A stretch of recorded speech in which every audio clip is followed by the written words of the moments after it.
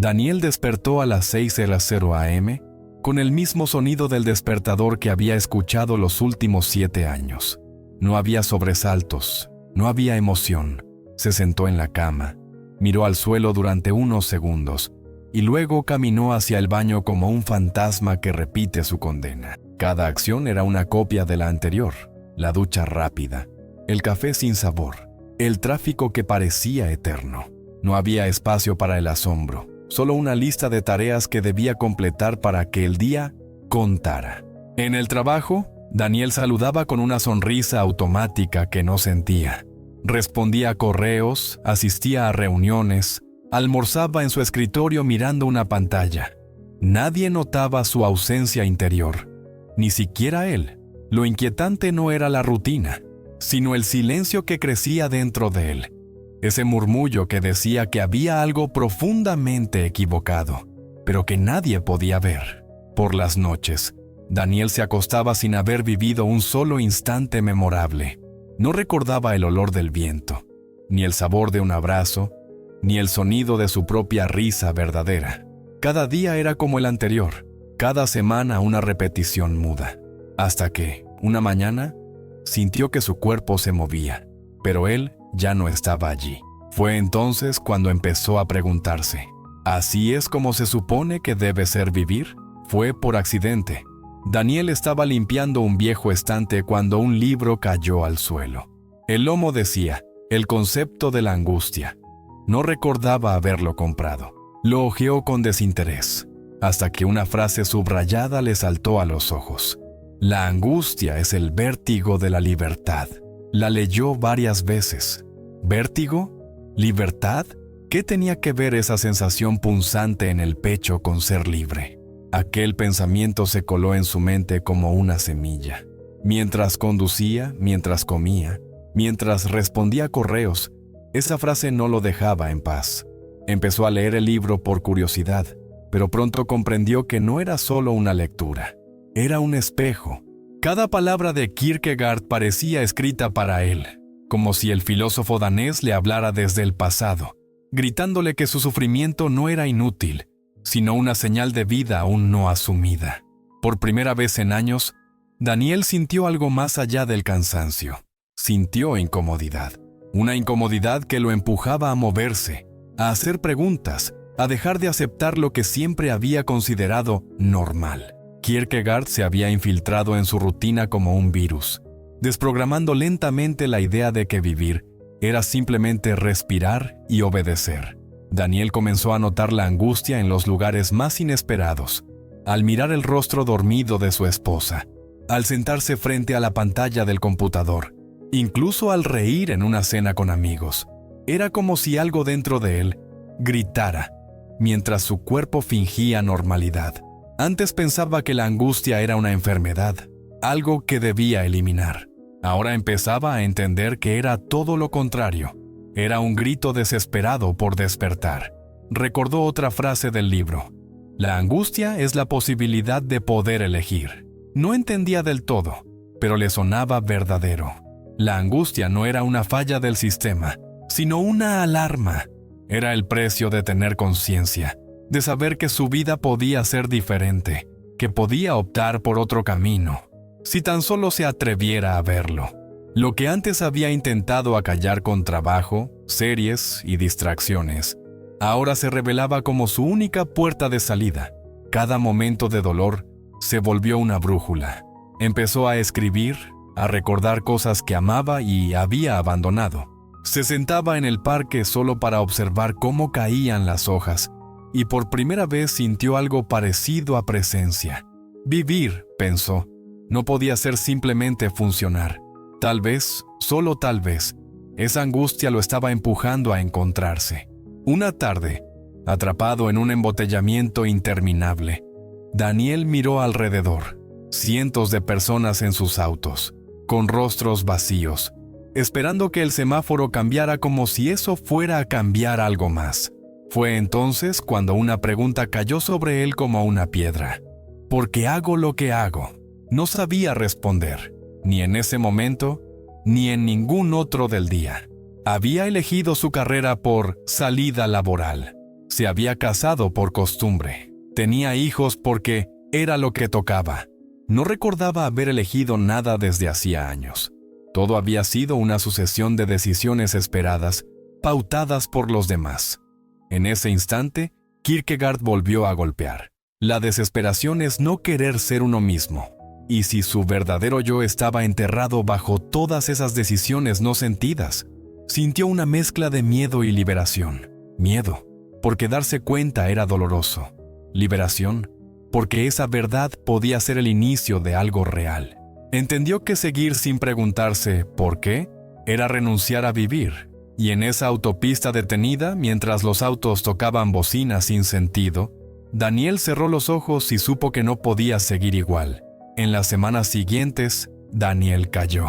No literalmente, pero su alma se desmoronó. Dejó de contestar correos, se ausentó del trabajo sin explicación y se encerró en casa como un animal herido. Su esposa, confundida, le preguntaba qué le pasaba. Él no sabía responder. Solo sentía un hueco, un agujero negro que lo absorbía todo.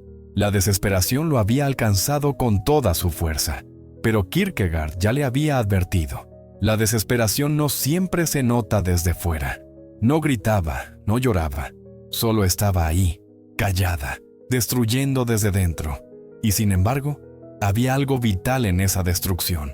Era como si la vieja versión de Daniel estuviera muriendo, y lo único que podía hacer era observar. El dolor no era señal de locura, sino de que estaba dejando de vivir en automático. Durante una noche especialmente difícil, Daniel se miró al espejo y dijo en voz baja, «No sé quién soy». Y esa fue la confesión más honesta de su vida. No era una derrota, era un inicio. Para Kierkegaard, la desesperación era el primer paso hacia el yo auténtico, aquel que se elige. Y aunque aún no sabía cómo llegar ahí, Daniel comprendió que por primera vez estaba en el camino. No silencio de su habitación, Daniel sentía que convivían dos personas dentro de sí. Uno era el Daniel funcional, el que sabía cómo sonreír, llenar planillas, sostener conversaciones vacías. El otro era un desconocido, uno que temblaba, dudaba, sentía rabia, miedo y una tristeza antigua. Cada día la tensión entre ambos crecía como una cuerda que amenazaba con romperse. ¿Cuál de los dos era él de verdad? Kierkegaard hablaba de esta división como la raíz de la desesperación.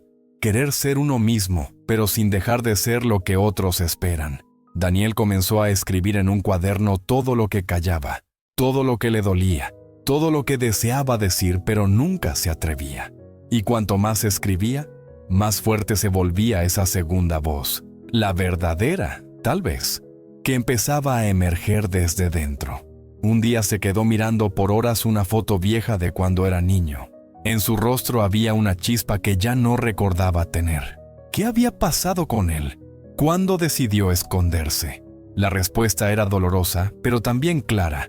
Había renunciado a sí mismo para encajar.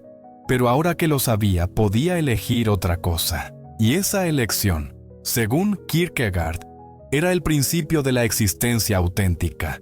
Una idea obsesionaba a Daniel, el salto de fe. No en términos religiosos, sino existenciales. Kierkegaard lo describía como un acto de coraje radical. Lanzarse al abismo de lo desconocido sin garantías, sin certezas, solo confiando en que uno se encontrará del otro lado.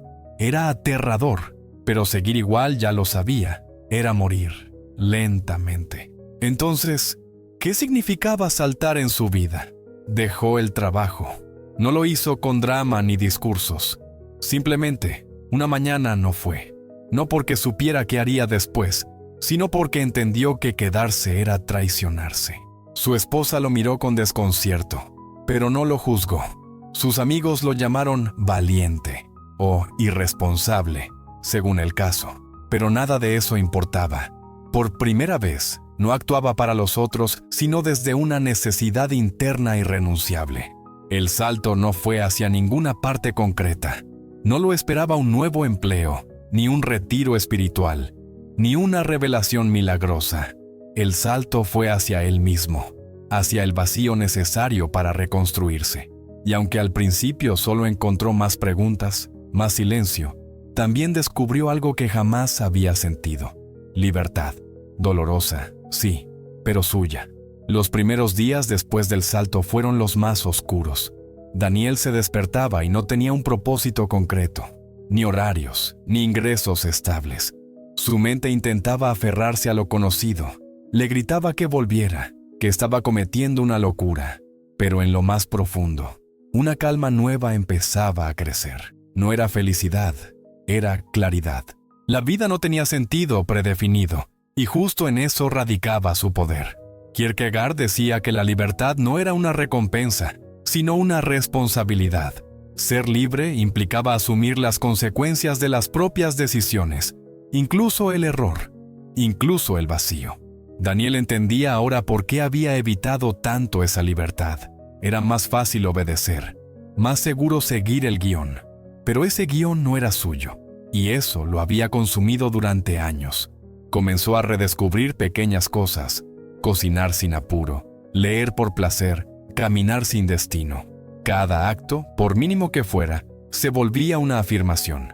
Estaba eligiendo. Estaba creando su camino. No era una libertad perfecta, ni permanente, ni gloriosa. Era real. Y por eso, valía todo el miedo que había sentido. Una mañana, sentado en el banco de una plaza, Daniel no se sintió feliz, pero tampoco roto. Simplemente estaba. Y esa presencia era nueva. Ya no buscaba definiciones. Ya no quería tener todas las respuestas. Había dejado de luchar contra su sombra. La desesperación seguía apareciendo a veces, pero ahora la miraba sin miedo. Era parte de él, y aprendería a convivir con ella. Kierkegaard lo había escrito claramente. La verdadera sanación no venía de eliminar el dolor, sino de integrarlo. Aceptar que la existencia era incierta, finita, compleja, que uno podía perderse y volver a encontrarse, una y otra vez.